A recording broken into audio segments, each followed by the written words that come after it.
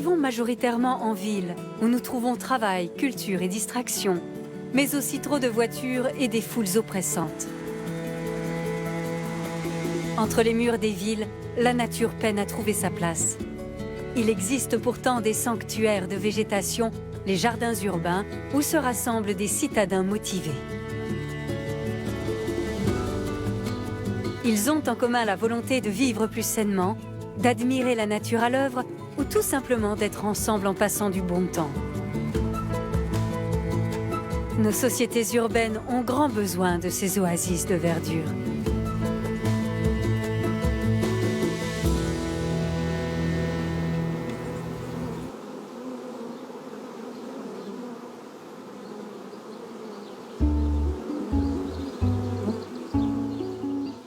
Un petit coin de paradis au cœur de la capitale, à la fois secret et ouvert à tous. Voici les Jardins du Ruisseau, le premier jardin urbain de Paris.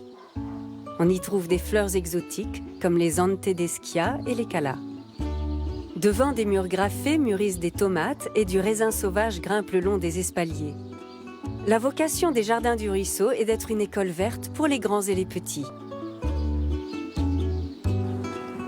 Ludivine est animatrice bénévole. Elle prépare les plates-bandes avant la grande affluence des vacances d'été.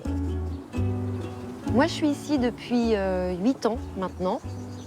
Je suis venue d'abord avec ma petite fille parce que j'avais un vrai besoin de verre, parce que moi, je suis née en banlieue. Mais quand je dis en banlieue, c'est plutôt un peu la campagne, parce que dans ma rue, il y avait 3 maisons et des champs. Alors, c'était pas les champs à perte de vue comme dans une vraie campagne, mais j'ai passé mon enfance à jouer dans les champs, etc. Et quand je suis venue arriver à Paris, c'est quelque chose qui m'a beaucoup manqué.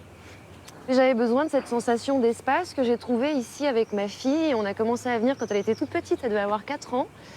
Et le jardinage à 4 ans, c'est pas si facile que ça, donc on faisait des ateliers pour s'amuser, d'où les petits objets un petit peu partout. C'est toi qui avais eu l'idée de se faire cet atelier-là, hein? Oui, j'avais vu dans un magazine, mais on a légèrement modifié. Ah, mais il y a la... L'ancienne étiquette. Ah bah c'est là retrouvé, hein. Elle était jolie aussi, hein, quand même, c'est dommage. Hein. Ouais, bah ça du coup, faut changer de place parce que... Mais ça, c'est la blague de Jean-Luc. Tu veux la garder, cette botte? Ouais. Bah oui, elle est marrante. J'ai essayé de monter un petit programme sur une initiation à l'écologie sans que ce soit très lourd parce que j'ai des classes entre la maternelle et le CM1. Chaque année, près de 700 enfants viennent cultiver les parcelles réservées aux écoles. Vous êtes prêts? Vous avez vos loupes? Oui. Vous avez vos gants? Oui. Vous avez vos yeux? Oui. On a les... Moi, j'ai juste fait tremper... Qu'est-ce que c'est que ça? De la menthe? Oui, mais en dessous, là, c'est quoi? Des tiges. Des tiges. Non. C'est racines. Les racines. Regardez les racines de la plante de près. Bravo. Wow. Pose ça là. Donc, Alan, bonne question. Qu'est-ce qu'on va faire avec cette terre? Leslie, tu y arrives? Les jardiniers en herbe s'en donnent à cœur joie. Ils se familiarisent avec des termes tels que bio-indicateur et découvrent les vertus médicinales de la consoude. Tout enterré. Et si tu n'y arrives pas, tout ce que vous enlevez, les filles, on ira le jeter au compost, on est d'accord? Alors, non, on va pas passer notre temps à faire des allers-retours, tu les mets là-dedans. Le jeu du bouton d'or est un grand classique. Le reflet doré sous le menton est censé signifier qu'on aime le beurre. Bon, est-ce que t'aimes le beurre? Oh là là, t'en manges du beurre, Alan. Les Jardins du Ruisseau remportent un franc succès auprès des enfants. Des jardins pour y faire des bêtises. Et on a le jardin extraordinaire aussi. Oui, la dernière fois. Jardin extraordinaire.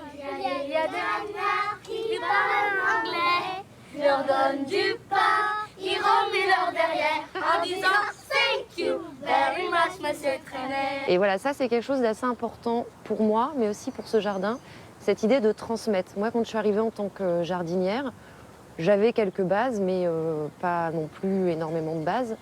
Et c'est un truc qui se fait naturellement ici entre jardiniers. On se passe nos trucs, on se passe nos petites recettes, nos expériences. Ouais, mais ça, c'est pour faire de la musique.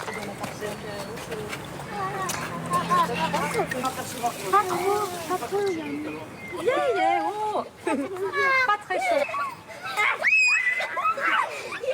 Qui en veut encore?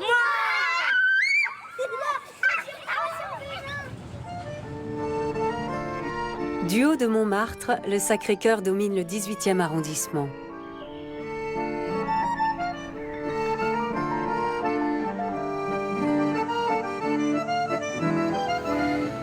Les bistrots et les rues ombragées, bordées de jolies façades, invitent les passants à flâner. C'est le Paris des cartes postales.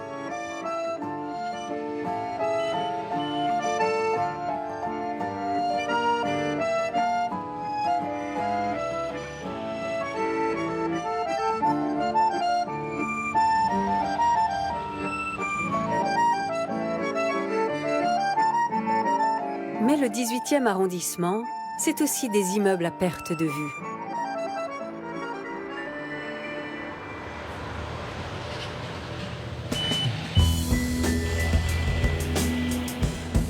La mixité ethnique, sociale et culturelle est une autre caractéristique importante de la périphérie du 18e.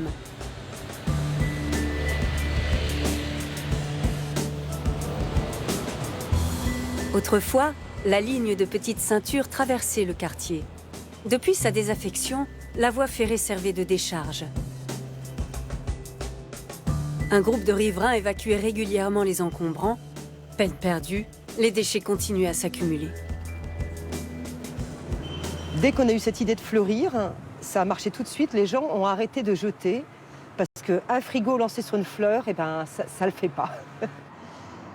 Et vu l'attrait des propres enfants de nos voisins et de nos familles réciproques, on s'est dit, mais en fait, toute cette sensibilisation des riverains, des gens du quartier, au respect de cet environnement, de cette coulée verte, elle va passer par l'éducation.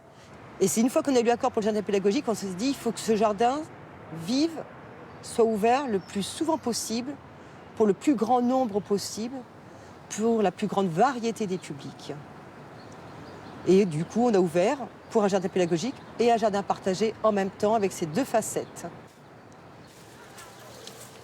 Donc ici, c'est vraiment le début de notre histoire, de notre aventure, puisque étant riveraine, ayant vu sur cet espace de végétalisation qui était donc abandonné, eh ben, on ne supportait plus d'avoir cette vision de tous ces déchets, ces gros encombrants lancés par les riverains de la rue en face, par-dessus même les grilles qui surplombent la rue Béliard.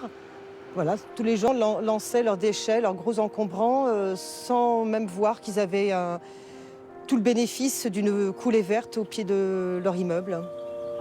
Les jardins appartiennent à la ville de Paris et à la SNCF. Ils sont entretenus par les membres d'une association présidée par Denis. C'est comme ça que les jardins ont commencé, c'est par ces talus en fait. On a commencé par d'abord les fleurir et offrir comme ça aux passants une vue avec des fleurs et tout ça. Et en fait, on est descendu progressivement.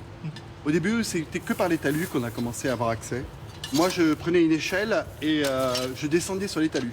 J'avais pas le droit, mais je le faisais. Denis n'a pas hésité à s'investir physiquement dans la création et l'entretien des jardins.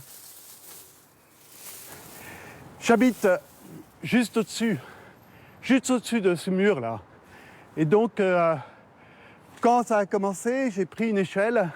Je prenais une échelle et je descendais sur ce mur. Et puis, je descendais sur ce talus et voilà, je plantais des fleurs. Le débroussaillage du talus est un voyage dans le passé. Derrière, là, il y a un figuier. C'est un figuier qui vient du jardin de ma mère, dans le Gers. Et ça donne des figues au mois de septembre qui sont absolument sublimes. Tu peux pas savoir. Ah, trop bonnes.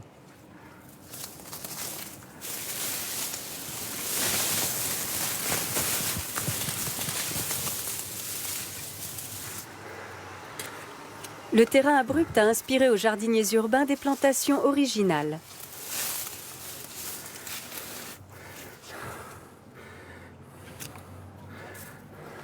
La vigne ici, là, c'est une des premières choses qu'on a faites parce que les talus des jardins sont plein sud. Il y a une tradition du vin dans le 18e. Donc on a tenu à faire ça, à mettre des vignes. Pour l'instant, il y a quelques pieds. Il va falloir qu'on en rajoute d'autres parce que la maladie est venue. Mais là, regarde, tu vois, il y a des belles grappes. Paris intramuros compte 2,5 millions d'habitants.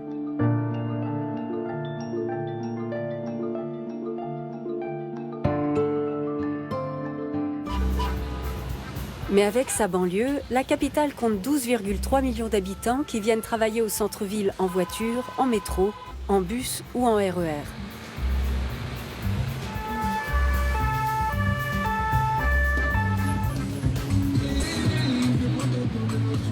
Circuler en voiture et se garer est un vrai casse-tête à Paris. Le scooter est une bonne alternative.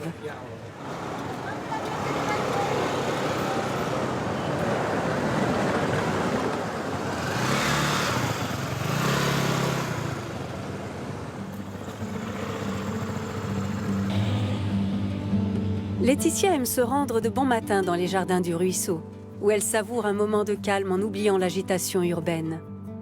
Elle est originaire du Midi, et le jardin sauvage et romantique lui rappelle sa région.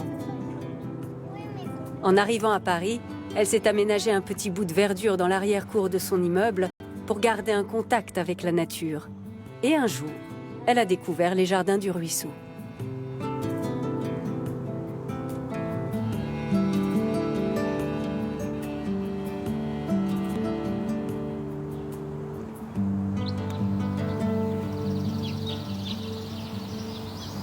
On a appris comment construire un nichoir, comment respecter la nature, pourquoi on le faisait.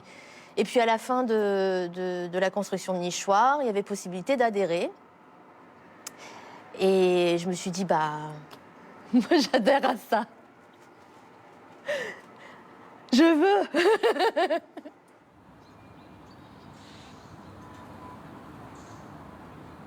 Tu fais quoi là-haut ? Bah, je regarde parce que ici c'est la meilleure vue sur le jardin. Ah oui ? Oui, parce qu'on voit bien la ville et puis d'un coup tout cet endroit vert avec plein de couleurs. Les habitants viennent pour jardiner, mais aussi pour profiter de la sérénité de cette oasis de verdure. Comme Philippe, qui est veuve depuis peu. Après le décès de son épouse, la communauté lui a installé une petite parcelle en sa mémoire, avec des plantes mystérieuses. Tu vas peut-être pouvoir me dire le nom de l'arbre là, qui est fleuri. Là, Le bleu ? Le bleu, il est magnifique. Il est beau, hein ? Ouais, c'est un bel arbre. Ah, et tu sais pas. Non, je sais pas. Pourquoi tu me demandes la seule plante ? Mais je demande à tout le monde, et ça c'est l'arbre X. Personne ne sait le nom, etc. Là, je suis bien, parce que c'était, comment dire, quand ma femme est décédée, le jardin, elle a fait une parcelle pour elle. Et là, il y a mes petits-enfants qui viennent planter. Il y a eu un nichoir aussi, ils m'ont fait un petit nichoir pour les oiseaux. Et comment dire, moi j'ai mon petit-fils un jour qui est venu planter une plante. Comment dire, il me dit, papy, ça c'est pour toi. Et c'était un éventail. Et j'ai dit, mais pourquoi un éventail ? Je ne connais pas. Il me dit, c'est pour mamie. C'est que s'il fait trop chaud, elle aura plus froid, elle aura moins chaud.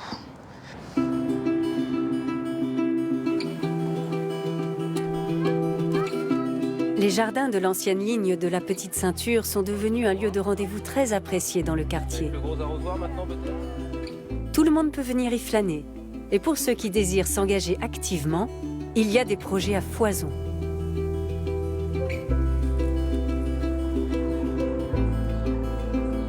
Les différentes initiatives du jardin sont chapeautées par une coordinatrice employée à temps plein. Estelle a eu l'honneur d'inaugurer ce poste. Elle est fière de faire visiter son nouveau lieu de travail à ses amis, autour d'un goûter en plein air.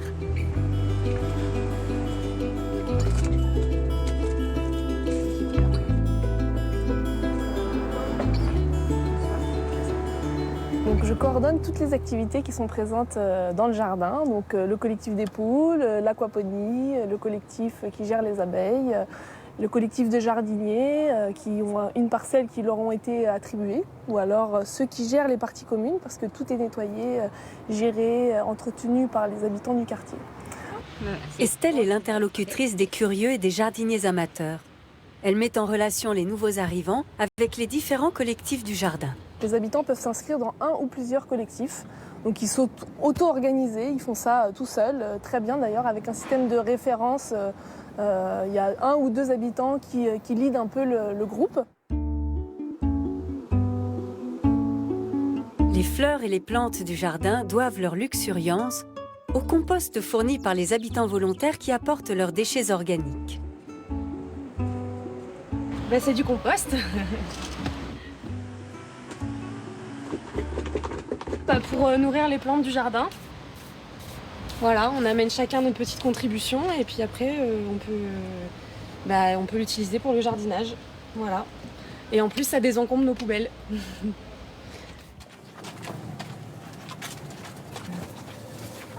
Une situation gagnant-gagnant. Mais si la terre du jardin est si fertile, c'est aussi grâce au travail de Mylène. La spécialiste du compost est intarissable à propos de l'humus. On trouve de tout, hein. À mon avis, elles sont prêtes, c'est bonnes à manger. Ah. En fait, là, on est devant un composteur. Et donc, je trouve 3 tomates. Mais même 3 tomates qui sont... Moi, je les mangerais bien même en salade ce soir, quoi. C'est incroyable de trouver ça. Donc, je vais les mettre dans le vermicomposteur. Le vermicomposteur, c'est du compostage par l'action des vers. Donc, les vers sont des petites bêtes qui n'ont pas de dents. On distingue juste la transformation comme ça. Sur le compost, on peut mettre beaucoup de choses, même des choses un petit peu dures, voire même du bois qui est haché. En revanche, dans le vermicomposteur, on pense que ces petites bêtes n'ont pas de dents. Et donc, quelquefois même, on leur épluche ce qu'on leur donne. Et là, ils ont des tomates, donc c'est formidable. Voilà. À l'origine, le sol de l'ancienne voie ferrée était très pauvre et la végétation s'y limitait à quelques orties. Avec la création des jardins du ruisseau, un concept écologique a permis d'améliorer la qualité de la terre, notamment avec le savoir-faire de Mylène. Ça, c'est la zone de dépôt qui a été dégagée. Et les dépôts vont se faire tout au long de la semaine. La semaine prochaine, on va retourner tout ce qui est là dans ce second bac, couche par couche. Donc là, c'est un 2e stade de maturation. Voilà le 3e stade de maturation pour tout ce système de compost horizontal. Et ensuite, on passe au système de compostage vertical. Compostage vertical, c'est la ville de Paris qui a distribué ça dans les immeubles, en pied d'immeuble. Ce qui est une technique plutôt sympa, plutôt parisienne. On peut composter sans salir les mains. On vide ses déchets ici. On rajoute... Oui, j'en ai encore. On vide ces déchets, on les recouvre de broyat. Le broyat aussi est fourni par la ville de Paris. On a un outil pour tout mélanger. Et voilà, c'est tout. Je prends une poignée, je la serre dans ma main. Je serre. Pas une goutte d'eau ne doit couler. J'ouvre la main et je dois rester avec une boule qui se forme. Et si le compost fait ça, c'est pas bon. Et s'il est écoulé de l'eau, c'est pas bon. Donc là, on a un compost de super qualité. Si ce compost parfaitement inodore est le cœur écologique du jardin, Mylène en est l'âme.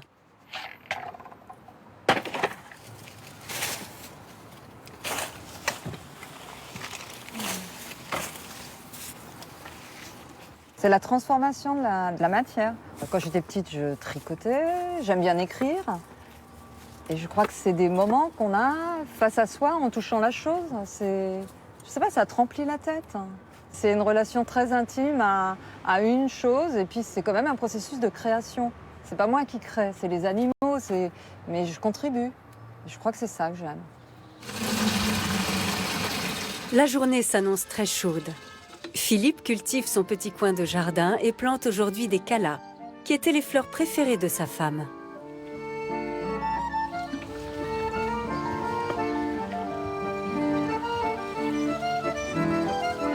Ce lieu lui est devenu infiniment plus cher que le cimetière impersonnel et froid qui abrite la tombe de sa défunte épouse. Pour Philippe, le collectif des Jardins du Ruisseau est d'ores et déjà une seconde famille. Le 18e est l'un des arrondissements les plus peuplés de la capitale, avec en moyenne plus de 30 000 habitants par kilomètre carré. Le quartier est aujourd'hui très tendance.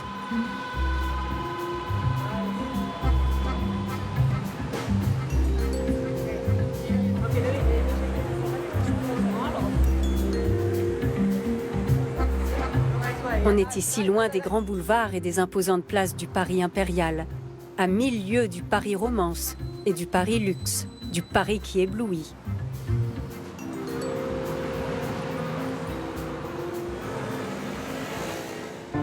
Le jardin enchanté des abords de Montmartre est beaucoup plus discret.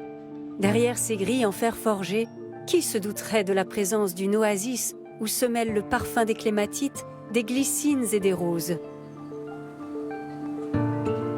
Les abeilles, elles, n'ont pas besoin d'être guidées pour venir polliniser assidûment les plantes les plus variées du jardin. Aujourd'hui, la pompe de la mare aux poissons est tombée en panne, mais c'est ici que les abeilles viennent se désaltérer. Denis s'empresse d'accomplir sa mission de concierge. Je vais essayer de réouvrir cette chose pour réparer la pompe. Voilà. La pompe actionne le système d'irrigation qui permet d'entretenir la culture hors sol et les étangs du jardin. C'est beau, non? Un membre du jardin a relevé une anomalie dans les ruches. Ludivine, l'animatrice, et Jean-Christophe, expert des abeilles, ont été alertés. Une tenue pour la mariée. Ou pas d'ailleurs. Une tenue pour son prince. Une tenue pour le roi des Bourdons. Ah mais le fameux mâle qui sert à rien dans la ruche, c'est ça? C'est ça. Vous m'avez reconnu. Donc moi je serai l'ouvrière parce que la reine ça me plaît pas. Parfait, très bien. Ouais. Bon.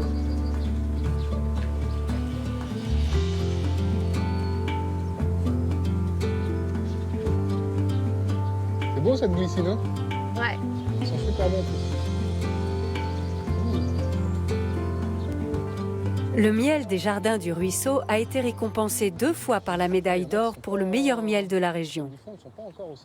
Jean-Christophe contrôle régulièrement la santé des abeilles.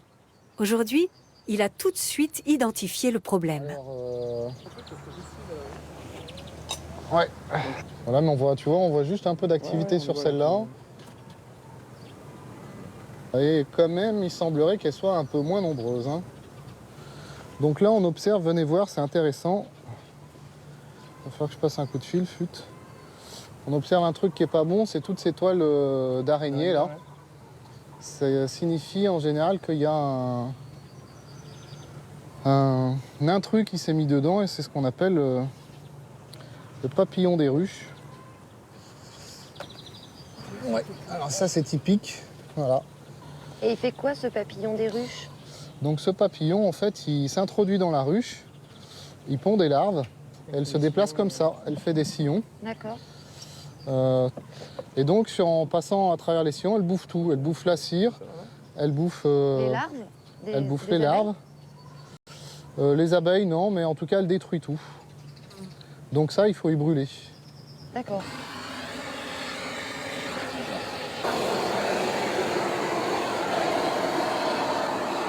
Une intervention drastique mais inévitable et salvatrice. Les ruches auront besoin d'un certain temps pour s'en remettre.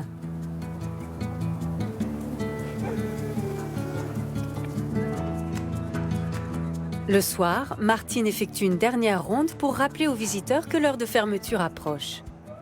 Les jardins du ruisseau sont semi-publics et soumis aux règlements de la municipalité et de la SNCF. Bonsoir. Vous savez comment on ferme à 22h? Oui. D'accord, très bien. Bonne soirée. Un dernier visiteur ne semble pas vouloir quitter les lieux. Allez, Ferry, allez. Pisse, pisse, pisse, pisse, pisse, pisse, pisse, pisse. Allez, viens, bébé, viens. Depuis 4 jours, je le cherche. Bon, je l'entends, mais viens, mon bébé, allez, allez, dépêche-toi. Pisse, maman, pisse, pisse, pisse, pisse, pisse. Haïda, haïda, haïda. Haïda, la maman, haïda. Haïda, Ferry, maman. Ah oui, c'est toujours comme ça. Haïda, la maman, haïda. Haïda, Ferry. Haïda, pisse, pisse, pisse, pisse, pisse, pisse, pisse. Bonsoir. Bonsoir. Vous savez que les jardins doivent être...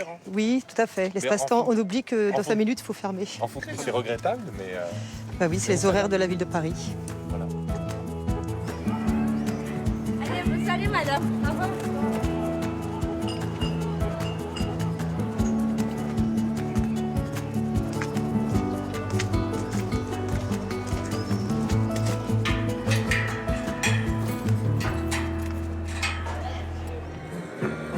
Sur le pont qui enjambe le jardin, les préparatifs pour la grande fête estivale ont commencé. Les balcons d'un immeuble habité font partie intégrante du décor. Ok.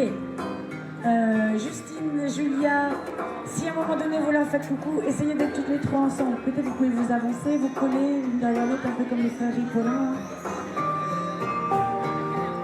Les répétitions se poursuivent jusque tard dans la soirée. Sous la férule de sa chorégraphe, une troupe de danseurs professionnels et de riverains prépare une pièce. Martine est ravie de ces initiatives inspirées par la présence du jardin. C'est bien parce que c'est très créatif, il y a plein de choses. Ok.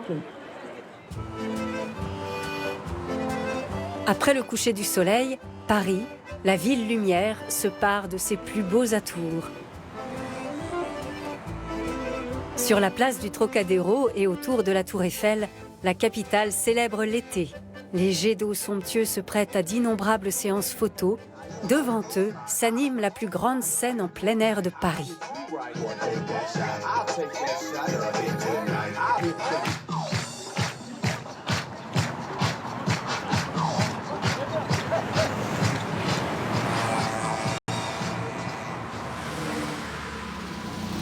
Un matin d'été au bord de la Seine.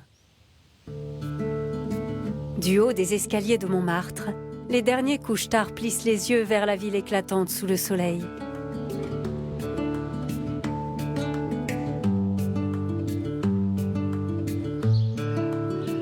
Les premières heures de la journée appartiennent aux passants qui promènent leurs chiens et aux joggeurs. Les rayons du soleil matinal caressent les façades de l'ancien village de Montmartre. Avec ses 126 mètres d'altitude, la butte est l'un des points de nivellement les plus hauts de la capitale.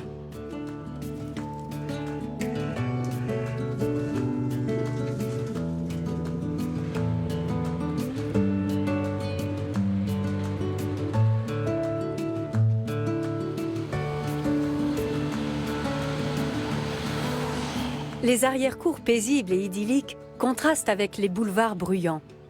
Estelle, la coordinatrice des Jardins du Ruisseau, travaille aujourd'hui chez elle. Voilà, je voulais avoir ton feedback sur le document que j'ai Une partie de sa mission consiste à rédiger des bilans à l'intention des financeurs publics. Le profil du jardin doit être régulièrement mis à jour sur les réseaux sociaux. Estelle poste les dernières photos.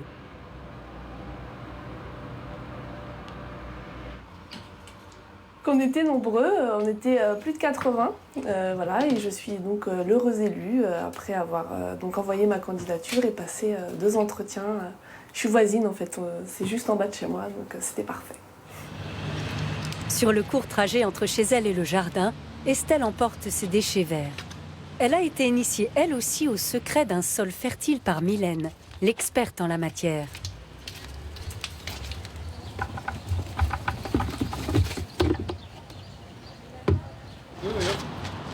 Elle prend quelques photos pour la page Facebook du jardin. Jean-Christophe, le médecin des abeilles, et Philippe fabriquent de nouvelles jardinières. On commence par un. Allez.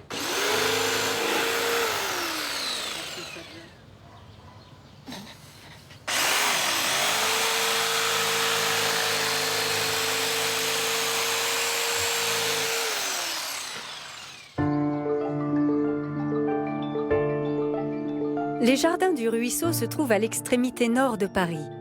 La banlieue commence quelques rues plus loin. Dans les quartiers populaires de la banlieue parisienne, des initiatives publiques et privées telles que les Jardins du Ruisseau sont autant de moyens de favoriser l'intégration.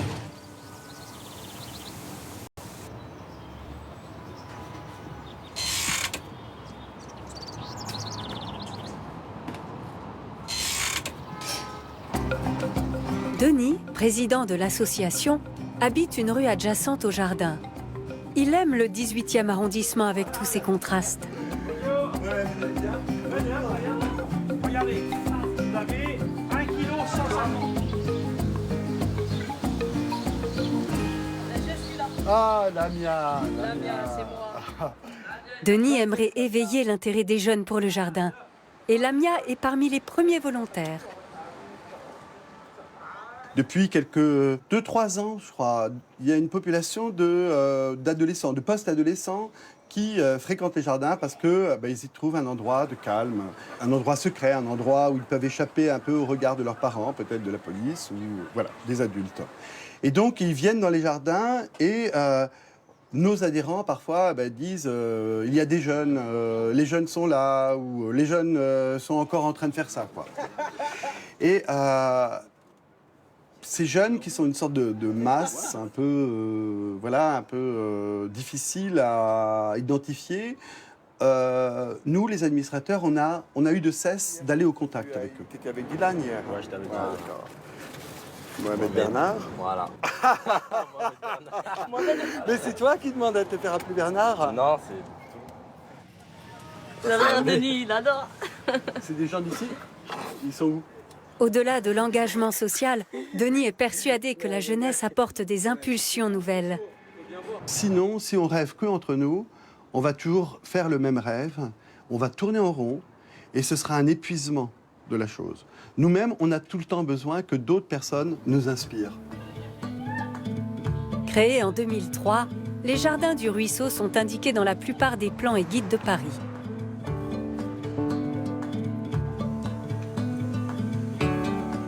Le célèbre jardin reçoit parfois la visite d'enfants venus d'autres arrondissements. Ludivine leur propose de découvrir la nature à travers un atelier ludique. Un endroit où la nature reprend ses droits, il y a des plantes, mais il y a aussi les animaux. L'animatrice reçoit une visite surprise. Aujourd'hui, Lamia a décidé de s'engager. Pauline, et toi? Lise, Jeanne. et Jeanne. Ouais, nous on est le nord. Les filles, vous habitez où? En matière de topographie, Ludivine fait preuve d'excellentes connaissances. Lamia, elle, s'intègre à la petite équipe avec le plus grand naturel. La gare du Nord, hop, la gare de l'Est. Aujourd'hui, il fait plus de 30 degrés. Rien de tel qu'une bonne douche pour se rafraîchir. C'était grosse chaleur.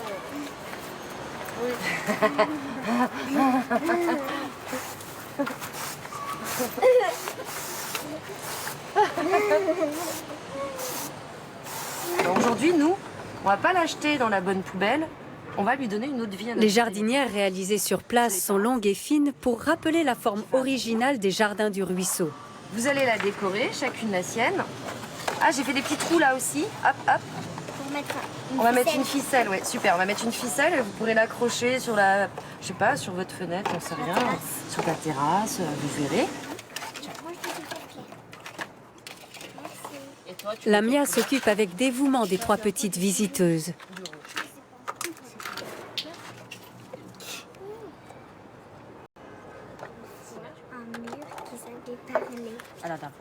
La peinture et les bras nus de Ludivine inspirent des créations artistiques inattendues. On était quand même censé planter, hein, pas faire du body painting. Mais c'est pas grave, on s'amuse. C'est ma signature. Bah avec ta main, allez. Ouais, avec ta main. Avec les mains, Une fois que les jardinières et les bras sont généreusement décorés, les jeunes pousses sont empotées. Comme ça, tu veux. Et vous les enfoncez bien. Si on n'a pas assez, je vais en rechercher. Un après-midi réussi dans les jardins du ruisseau. Les enfants ont montré beaucoup d'enthousiasme que Lamia a partagé. Et vous? Ça va? Alors il paraît que tu as participé? Oui, j'ai adoré. Oui. Elle a fait tout l'atelier avec nous. Tu l'as encadré? Bah oui, à un moment, je t'ai laissée toute seule. Hein. Oh, c'est super. Moi aussi.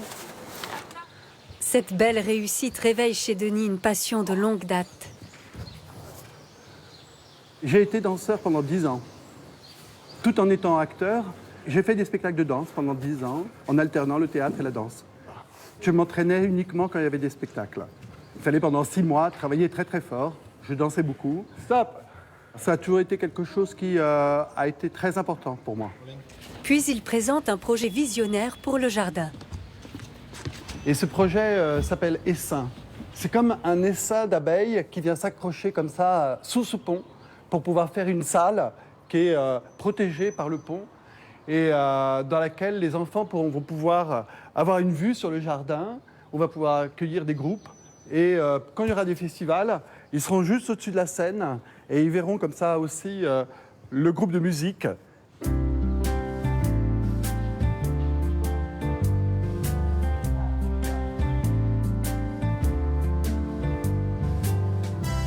Et la communauté des Jardins du Ruisseau ne se limite pas à métamorphoser la voie ferrée. Ses projets futuristes s'étendent jusqu'à la rue.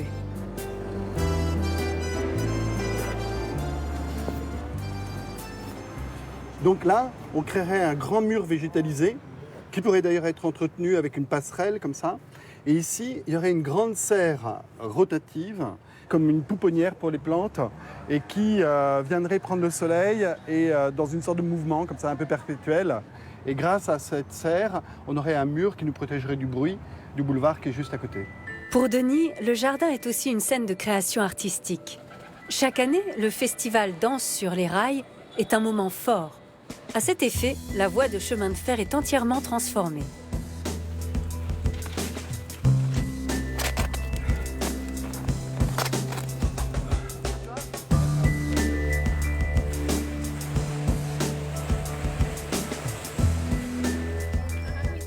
Cette année, 5000 œillets rouges ornent le pont. L'idée, c'est que le trombone soit au plus proche de la fleur. Parce qu'ensuite, nous, on doit les suspendre de la tige. Un tapis de fleurs doit habiller le pont de haut en bas. Mais comment fixer les œillets sur des poutrelles d'acier du 19e siècle? On teste toutes les variantes pour trouver la bonne solution.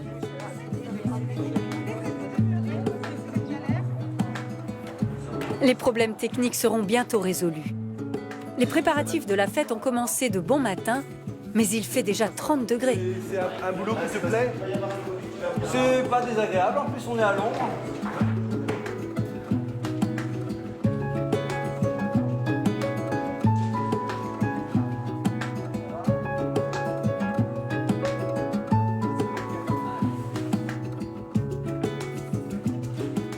Des moments comme les festivals, des moments comme ça, sont des moments où on peut agréger et faire participer plein de gens qui profitent des jardins, mais qui ne trouvent pas forcément l'occasion d'être utiles.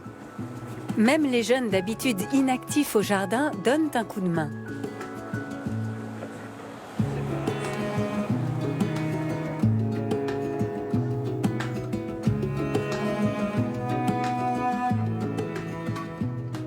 Pendant les 2 jours de préparatifs, un arrêté municipal interdit toute circulation. Une preuve, s'il en est, que l'événement est pris très au sérieux dans le quartier.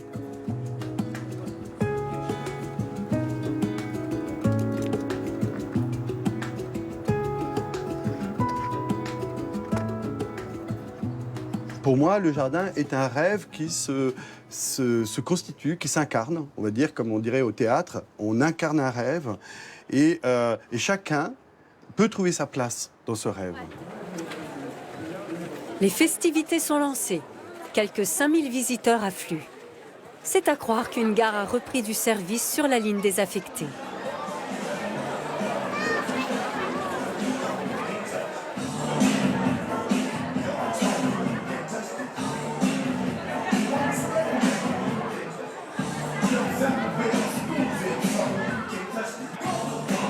Les rails, généralement interdits au public, sont accessibles à tous pour l'occasion. Le festival de Clignancourt est la manifestation à ne pas manquer.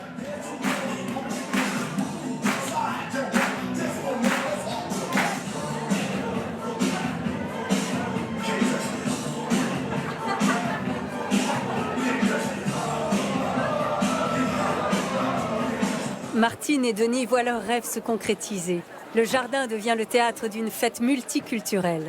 Même les voisins les plus réservés sont venus pour l'occasion. Leurs enfants, eux, connaissent bien le jardin grâce aux nombreuses sorties scolaires.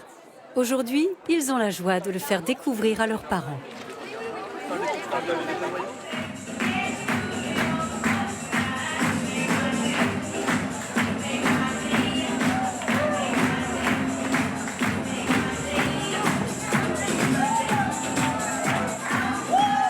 Certains habitants n'en reviennent pas de voir leur quartier si beau. Si les plus indécis s'engagent à leur tour, l'objectif de l'association sera atteint. Les Amis des Jardins du Ruisseau ont besoin des jeunes, tout comme des dons des visiteurs. Merci, merci beaucoup. Encore une fois, pas d'obligation, ne donnez pas forcément par défaut. Donnez si vous avez envie seulement. Parce qu'on est une association et qu'on vit que de vos dons. Mais c'est comme ça, on vit bien aussi avec ça, quoi. Et on s'en sort bien et c'est cool. Doucement, l'été touche à sa fin. Et le calme s'installe peu à peu dans les jardins enchantés du ruisseau. Une idylle née de l'envie de voir la nature occuper les espaces libres du paysage urbain. Bien plus qu'une collection de plantes, les jardins du ruisseau sont un espace de créativité et de partage.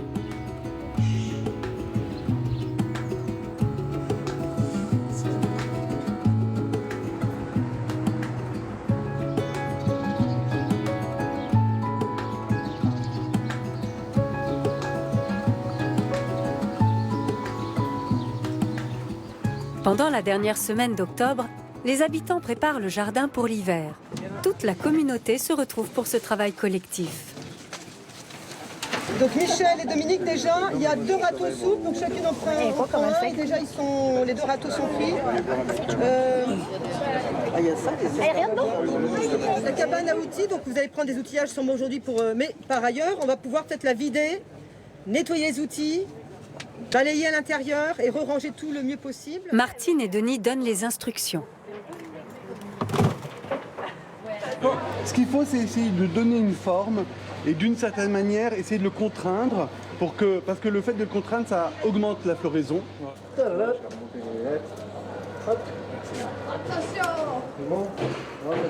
Le travail d'équipe se déroule dans la joie et la bonne humeur. Je me désolidarise. Ah bah ça c'est pas mon gars. Va vers toi, Il y a par exemple du houblon qui commence à envahir complètement certaines parcelles. Donc il y a la taille du houblon. Là on a pensé que 2 personnes seraient suffisantes. Pour les petits citadins, le nettoyage d'automne est une dernière grande chance de se défouler dans la nature.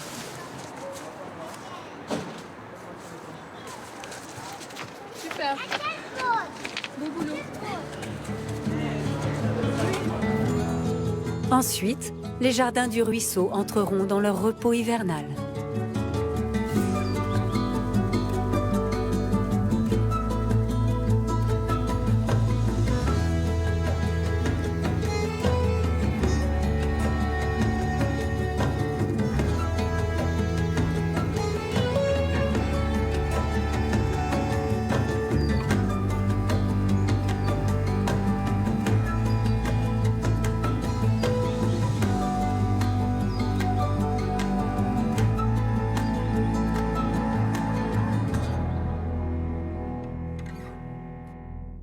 Arte fait son cinéma ce soir, avec à 20h55, Eddie Schneider est en panne de Sonia Ice, ou Comment le monde joyeux d'une petite famille un jour bascule. Et à 22h20, petite revue et analyse des films sulfureux, provocateurs, scandaleux, voire plus si affinité. Un documentaire.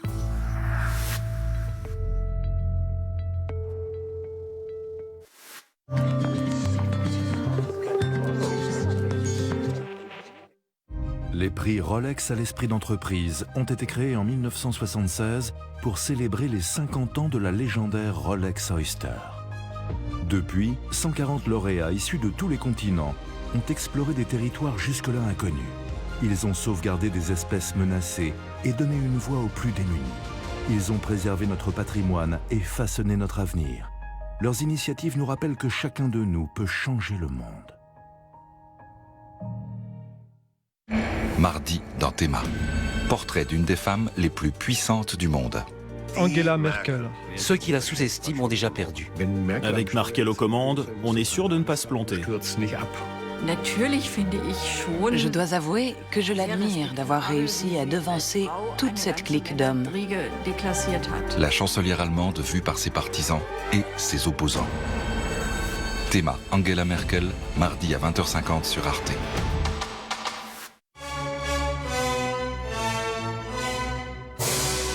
Ouverture de la nouvelle saison de la Scala de Milan.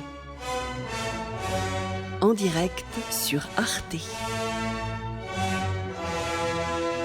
Au programme, Madame Butterfly de Giacomo Puccini, dirigée par Riccardo Chailly.